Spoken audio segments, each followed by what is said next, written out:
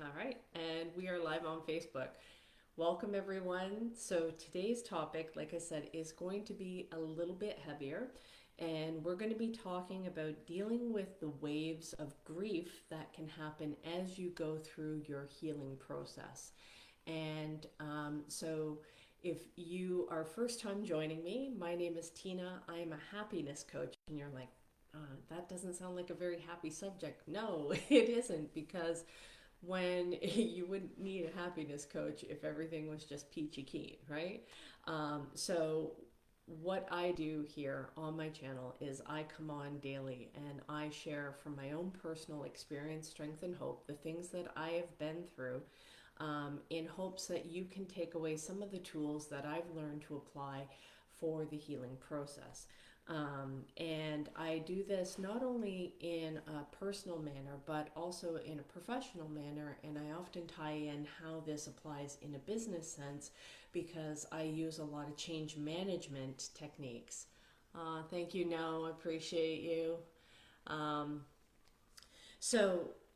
Going through the healing journey, it can be challenging. Most of the time, people avoid this kind of work because it brings up the pain of the past. And it's like as if we don't have enough to deal with in our day to day lives, let alone having to dig up stuff that went on in the past. But in order to properly heal and move forward in our lives and get that progression and get that true sense of happiness, we have to go through these things.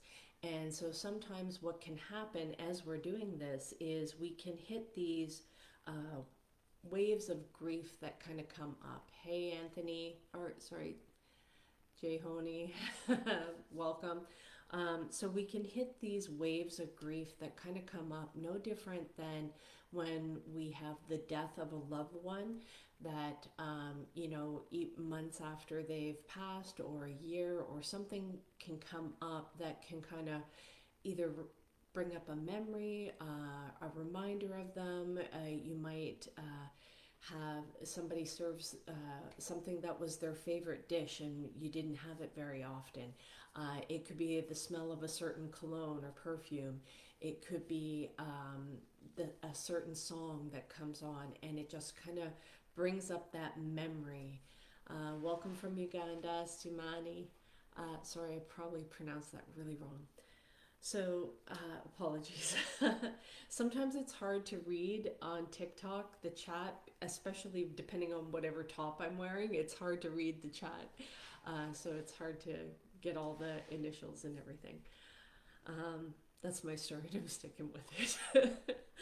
So, as we're going through this healing process, we can have these reminders that come up, and we're going to talk about three different things that that can come up, and then how to move through those. So, things to be aware of, and then things to do so that you can kind of get through those things. And first of all, I want you to understand that these waves of grief or sadness that come up as you're going through this, and they can kind of come out of the blue. And what I want you to know is that is perfectly normal.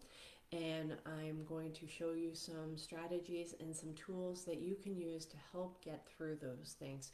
And I think sometimes just even being aware of what the process is enough to, at least for me, has been enough to allow me to kind of go, okay, I know what's going on here, and it's not so scary when it happens, and you can move through it faster. Okay, so the first one is just because you're experiencing a wave of sadness or grief, um, or of a thought or a memory or something that comes up, does not mean that you're not healing. It does not mean that you are not on the right track. In fact, it's usually a very, very good sign, because when these things actually come up for us and we have these memories that may surface either from our past, whether that's from childhood or a past relationship or a past experience that we've been through that was painful for us, and then we have some of these memories that end up surfacing, that these things, it's normal. And it is okay to feel those things, and it doesn't mean that you're regressing.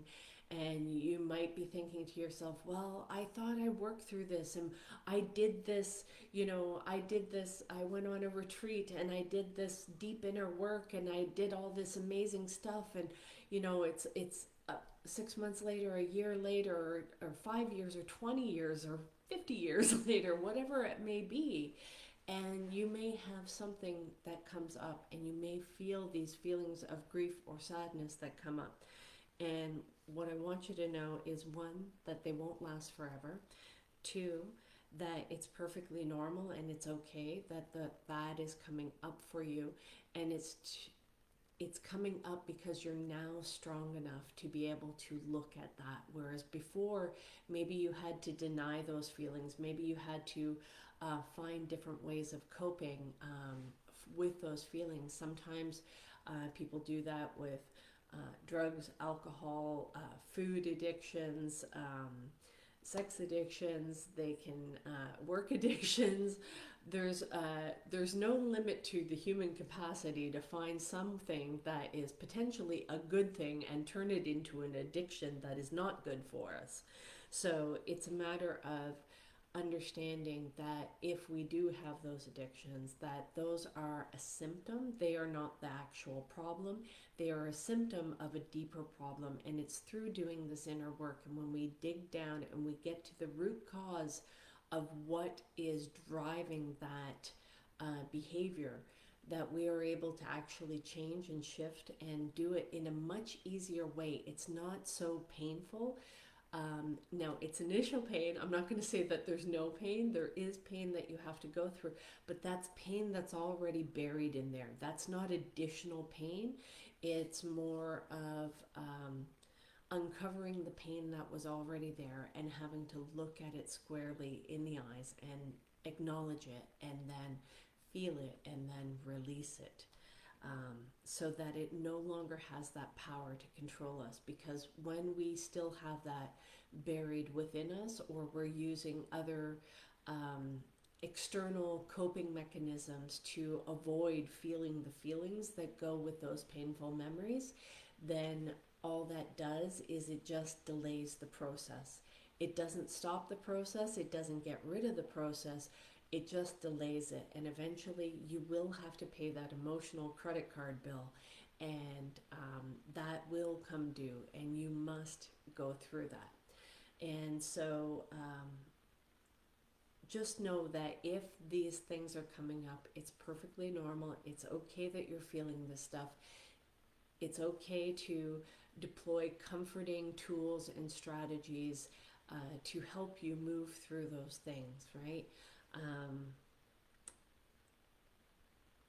That being said, point number two, and before I get into that, I'm going to turn off the fireplace behind me because it's starting to get a little too warm. I turned it on because it was a bit chilly and damp in here today. It's been raining all day, so I'm going to turn that off and then get sit back down here. So.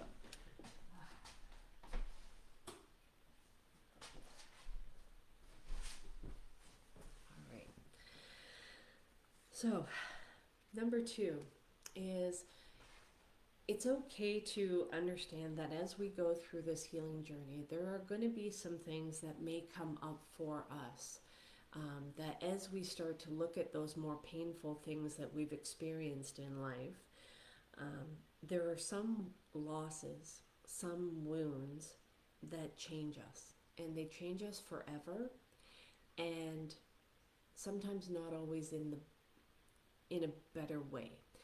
Now, that being said, it's kind of like imagine, and a lot of this is emotional challenges that we have, or mental challenges, cognitive challenges that we end up having. And I'm not saying that you can't do things to improve, or that, oh, this happened to me and now I can't do anything about it. No, that's not the case.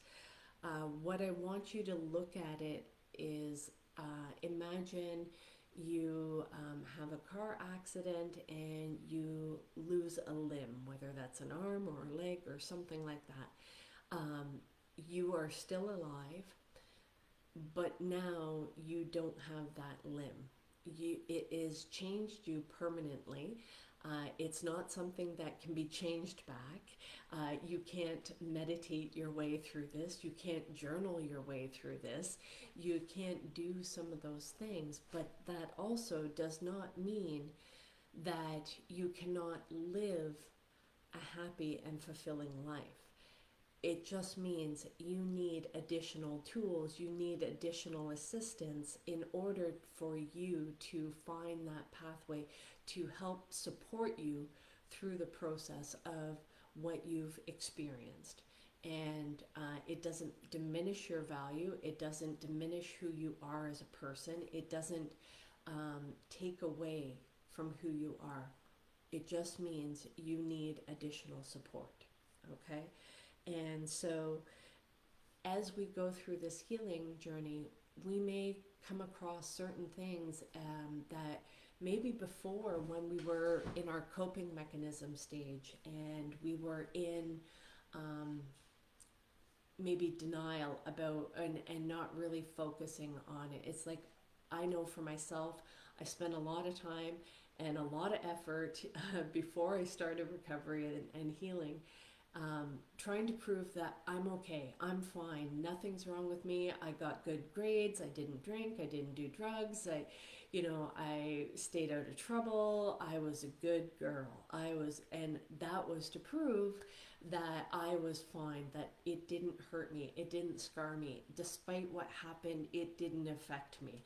And I spent most of my life doing that. And it's only through looking at some of the things that have happened and looking at how it did actually impact me.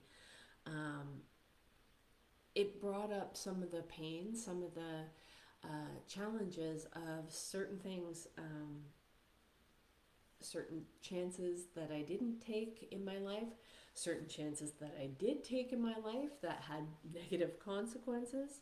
And there were times of looking at things where circumstances or experience or people that I thought were okay, and then when I look at it closer, I see the effects of betrayal or the effects of abuse that I didn't recognize as abuse because I had gone through so many things that were abusive that it was just normal.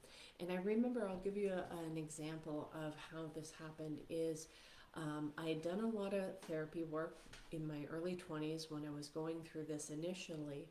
And I remember sharing with a supervisor of mine some of the things. We got to talking, it was more personal kind of stuff, and I got to sharing some of the things that I had been through, and I had just been so used to being around other people who have experienced that kind of life, those kind of challenges in sexual abuse and fighting and neglect and all of that kind of stuff, and that was just normal. And so some of my other friends, where we would just kind of swap stories and it'd be like, oh yeah, that happened to me too, ha ha ha, right? And we wouldn't think anything of it until I told that experience to somebody who had never experienced anything remotely close to that. And it was the look of horror and disgust and sadness and pain that showed on her face that kind of made me step back for a minute and kind of go, oh, this isn't normal. What I went through isn't normal. And to me, that was normal.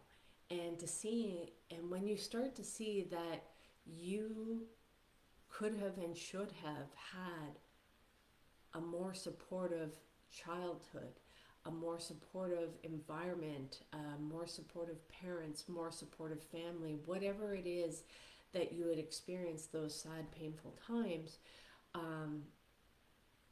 damn, that really brings up the pain, right? That will bring up some things of senses of betrayal, senses of lost dreams, lost time, lost experience, lost innocence. I remember feeling that one when I first started to look at this stuff, and I had to go through waves of grief of understanding the loss and the pain that my child self had to actually endure, and grieving that loss of the time that I didn't get to be able to enjoy a childhood, to play as a kid. Now, obviously, I had some experiences and I had some good times, and those things are things that I actually can look back and I can remember, but I actually have to work at, okay, what were the happier memories, right? Because the problem with those painful, negative, abusive memories is that, and I talked about this a little bit yesterday, is that the ratio of positive things to negative things isn't a one-to-one ratio. You have one of those negative traumatic experiences, and depending on how that was handled or not handled, it can actually exasperate and compound the damage, right? So sometimes it's not just the trauma itself that happened, it's sometimes how it's handled afterwards, all of the experiences that were around it, all of the circumstances that led up to that happening and allowed for those negative things to happen can be the painful experiences. And when you look at those kind of things, it's like the rose-colored glasses get removed, and that can be extremely painful, and there could be waves of grief and sadness, and knowing how to support ourselves through those kind of things, and understanding that that is okay for, and that is actually a good thing that it is coming up, so that you can feel it. Because just because you're denying it doesn't mean it isn't still operating within us and subconsciously determining some of our behaviors and our actions and or lack of actions. And the worst thing is if we do not deal with these pains, especially if we're suppressing them and denying them,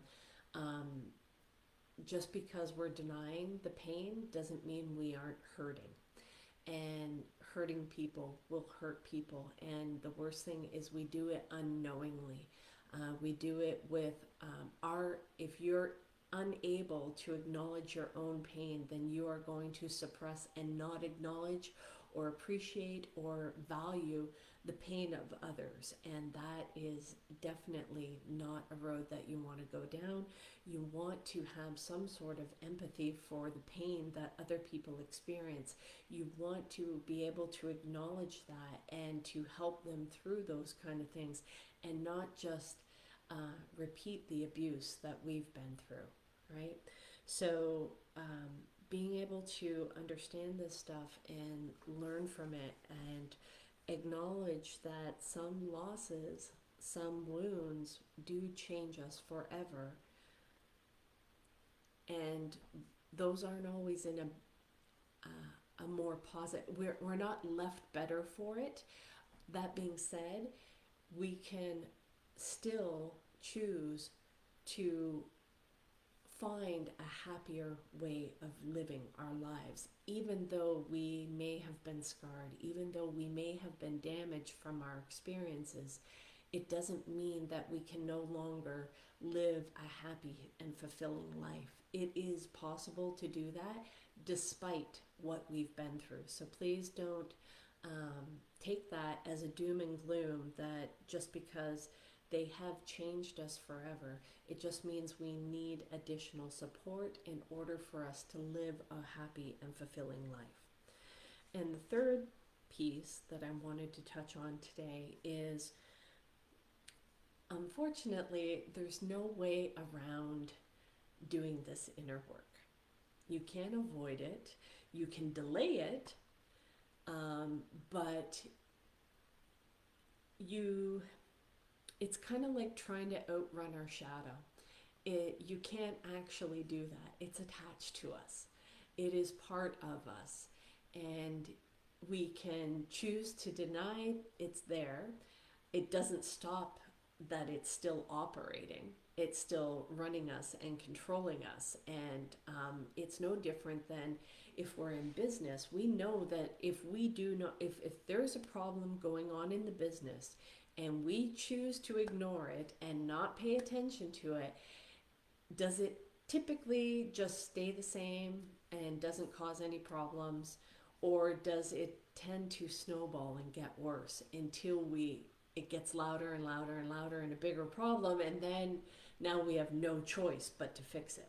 And I've seen that happen way too many times in business that and it's not for lack of people trying to intervene and say, hey, there's a big problem over here, we need to deal with this. And they're like, no, we got these other bigger problems that we need to focus on.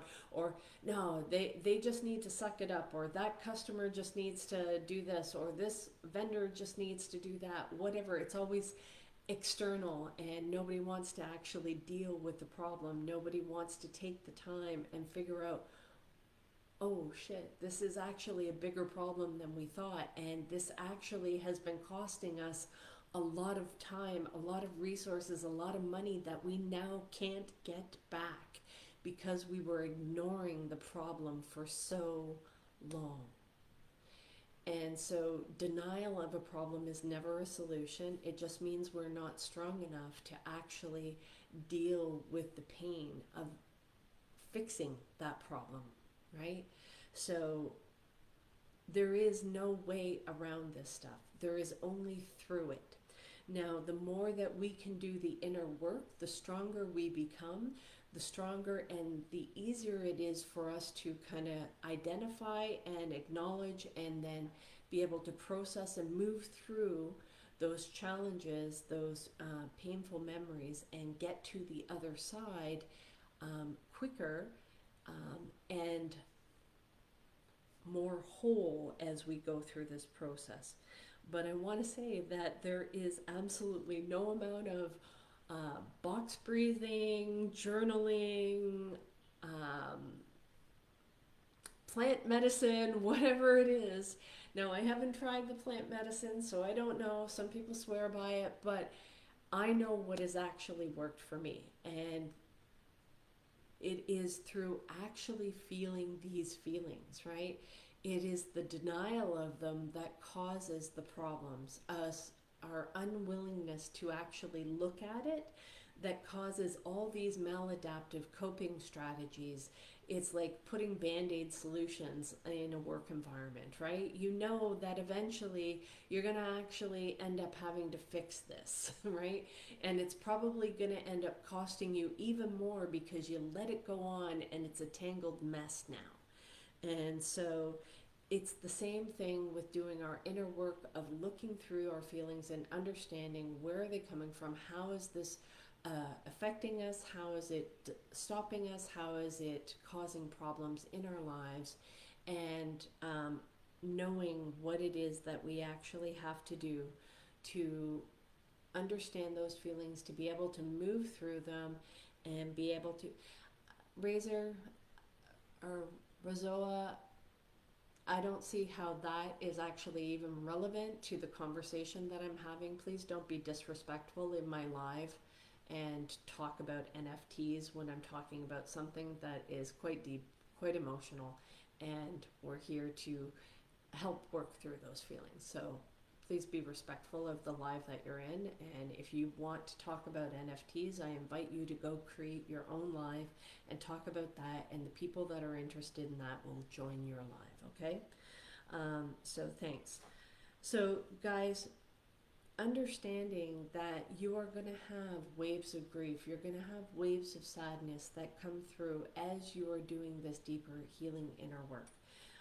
Making sure that you understand that this is normal, that it is actually a good sign that these waves are coming, because this is just meaning that you are now strong enough to be able to start looking at this stuff, to be actually able to heal this and to be able to move through this in a positive way. Now, you can use those structures, you can use those tools and things like that to be able to help you through that process. but there really is no way around it other than feeling that grief, feeling that sadness to the fullest point and allowing it, allowing yourself that safe place so that you can process those feelings. And when you do that to your fullest capacity, you will not be held back by those emotions. You will not be stuck by those emotions. It is through fully feeling them and moving through them that you can now just move through them by feeling them, right? So you can't think your way through it. You actually have to feel those emotions. And I'm not a big proponent of like getting in and forcing and pulling that stuff out. I think that can actually be even more damaging. I've been to a few retreats and workshops where they do this as a catalyst, and one of the things that I saw happen in some of the workshops is um, it's kind of like this herd mentality ends up happening and people jump on the bandwagon, and they think that this is the way that they're supposed to act, and they're supposed to they end up crying and wailing and doing all this stuff, but they're more doing it because they see other people doing it rather than this is a true authentic thing that has come up for them. So I'm not knocking that if it is a true authentic thing that is coming up for you and that has been beneficial. But I have seen circumstances where people have gone through that, and it's like it rips that skin off of them, and it leaves them feeling raw, and it doesn't give them that proper support and understanding of what it is that they're going through. So it's very dangerous to actually rip somebody's cloak of denial off if they are not ready to actually deal with those emotions. To pull that off of somebody um, is actually very cruel. It is much better to create an environment where now they feel safe enough, and that is the really funny thing about trauma and healing wounds and everything. And I think a lot of business owners, as they start to become more successful and they still don't feel happy, and they've hit all these milestones, they've hit all these markers and things that they're like, oh, I thought when I did this and I achieved this, I would feel amazing. And you do maybe for like 5 minutes and then you're back to the same old shit. And so it is because we haven't learned to feel happy along the way. We've just been doing the grind, grind. And that will get you to success. You will get to your goal if you have a proven path and you know, if I take enough of these repeated actions, then these are the consequences of it. But not looking at those deeper emotional side, it leaves us feeling empty. It leaves us feeling a sense of lack, and it leaves us looking for what else is there? What's the next thing? What's the next thing? And we never have this sense of happiness and fulfillment that can come when you actually do that deeper inner work. And for me, that is the truest sense of freedom, is that when you've been able to unearth this stuff, you've been able to look at that, process the emotions properly, and you get through to the other side. There's a sense of release, a sense of freedom that comes from that is just priceless, right? It truly is priceless. And it truly is, for me, the best feeling that I have ever had, because those things you don't realize how heavy they were to carry around until you've actually been able to break one of those chains and release yourself from that. You don't realize the amount of energy and effort and mental and physical and mental energetic bandwidth that takes up, of having to hold those feelings down, hold that back, and how much of your life that has been drawing out of you because you're expending all of this energy trying to deny those feelings rather than running right to them and through them, and understanding that when you get to that other side, now they no longer have any control over you. You've been able to release them and get through them. And now you have all of this energy that you can reallocate to something way more productive, way more beneficial, allows you to tap into some creativity that you weren't able to harness when you're too busy living in survival mode, just hustling and grinding. And if you're hustling and grinding, you are 100% in survival mode. So, yeah, so understand that as you're going through these things, these waves of grief that may wash over you are perfectly normal.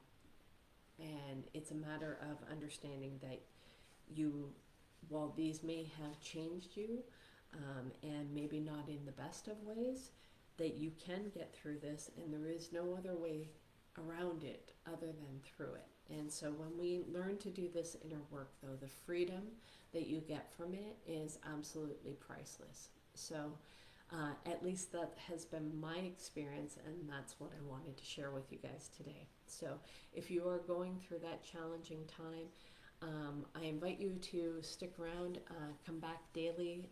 If you have questions, go ahead and ask those in the chat.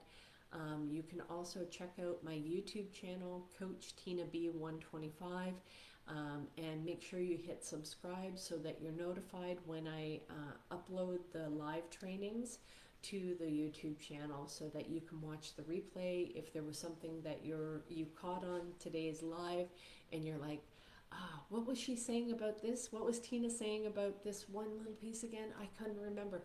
Okay, you can go back and watch that. You can replay it and go through that.